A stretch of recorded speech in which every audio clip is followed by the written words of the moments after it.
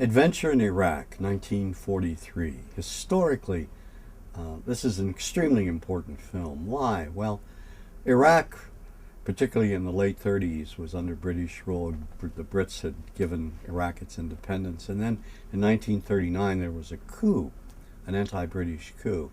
And that ended.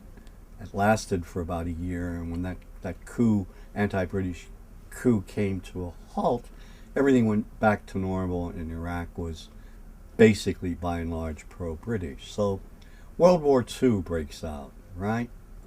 And you would think that a movie in World War II, Iraq, Adventure in Iraq is 1943, would show Iraqis as allies of the British and of the Western forces. But no, this film advances just about every stereotype that Hollywood has ever created, only it takes it up a notch. In this film, Iraqis are devil worshippers. They worship Satan.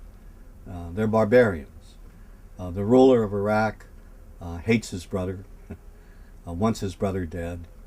The film really centers around a British pilot and American couple. Their plane crash lands in Iraq. They're held hostage by the ruler. He wants to, of course, marry and seduce the fair maiden, the heroine of this particular, the Western maiden. She wants nothing to do with him. He's pro-Nazi. He's aligned with the Germans. He favors the Germans over everyone else.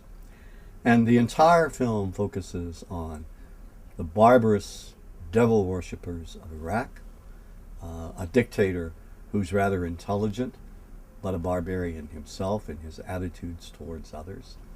He holds hostage these three Westerners. All of a sudden, an American plane comes into view.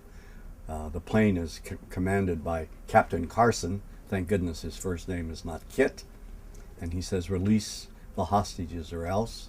The ruler refuses to release the hostages, and Carson bombs Iraq. Lets a couple of bombs fall on Iraq. And so you see here, too, that Arab women are chattel.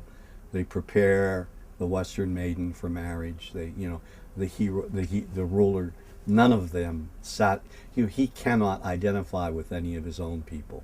They're all barbarians, but with the Western heroine, he can.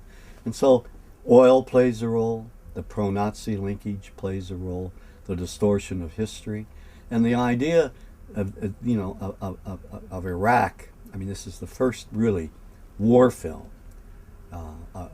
in a sense, about Iraq, at a time in '43 when a movie like this should have and could have been much different in trying to garner support for our efforts, in the region. And some films were made with that intent. But this particular film, I think, stands in stark contrast to history and also advances a very dangerous stereotype. There's one other interesting line in this film, I think, that merits our attention. When the Captain Carson is about to bomb Iraq, he said, I won't bomb, we'll negotiate. He doesn't say it. Ahmed, the ruler, says, well, I'll release the hostages. What are your terms? Let's talk about this. Let's negotiate.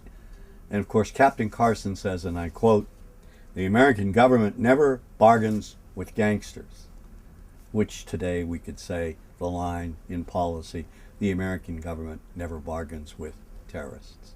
So gangster is a euphemism for terrorist.